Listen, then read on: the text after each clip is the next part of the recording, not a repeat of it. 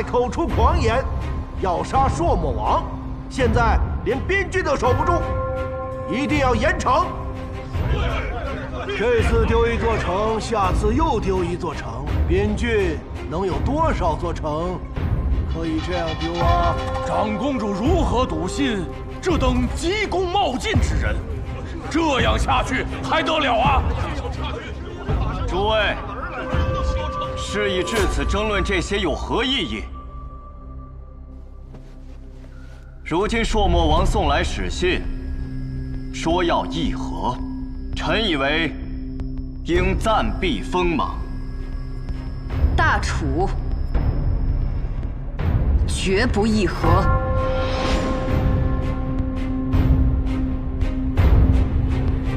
朔漠王要称兄道弟，割让城池，这是议和吗？这是丧权辱国。大楚10几万将士的血不能白流，我父亲这10几年的坚持亦不能白费。殿下丢了望城，还这种态度，让天下人如何看？不如暂别朝堂，此事交由本官处理。太傅这话的意思是，这次边军失误是我的责任。谢燕来是你的人，边军失利自然是你难辞其咎。我为主将时，边军无事。自太傅派监军插手，尤其是你重用的梁强，守备失职后，朔漠才破关而入。殿下现在也会推卸责任了，那倒不如说，正是因为本太傅插手太晚了，才导致边军蛀虫遍地，积重难返。就算重用了梁强，也无法挽回这推败之势。太傅以为，此次边军失误，朔漠占据一城，对谁有利呢？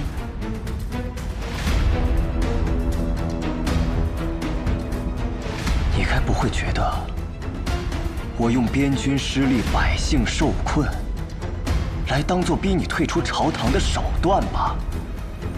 楚昭，你不配。太傅一直自诩以私利为主，我一直以为太傅只是说说而已，没想到太傅还真敢做。小曼，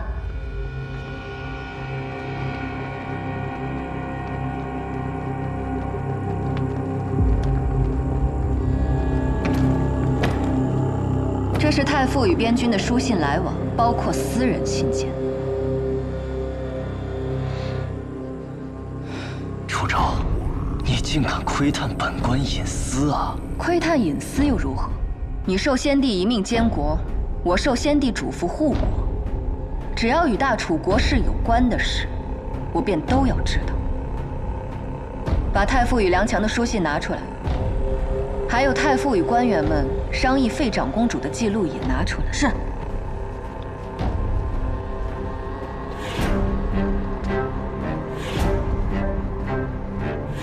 梁强说，自己调任信谷关不妥，而你说，让他尽管放手去做，倘有何干系，自有你担待。梁强是给我写过这么一封信，我便如此相告于他，有何不妥？边军将士上之调任不妥，你一个远在楚都的文官，却非要对战士指手画脚。所以呢？所以，太傅最近不要上朝了，回府中闭门思过了。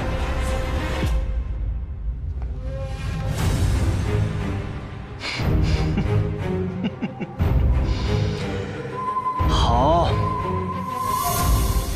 好，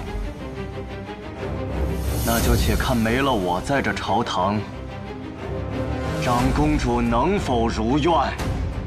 小曼，护送太傅回府。谨遵长公主令。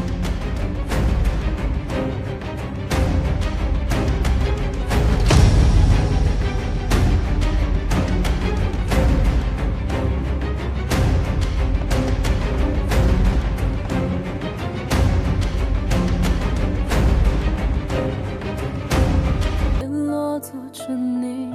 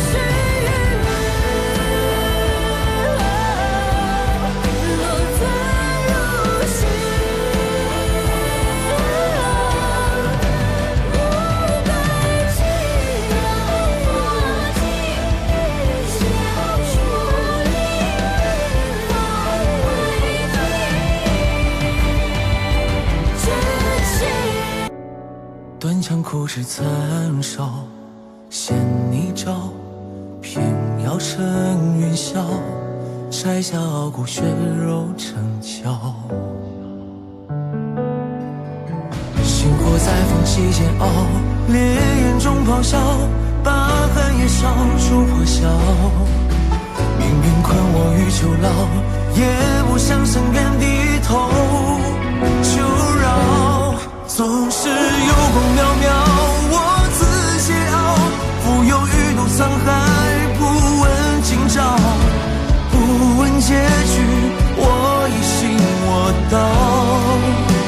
无需路遥，流萤生于浮草，也要燃烧，指尖冲破天光一道，让这满身伤痕成为我心的骄傲。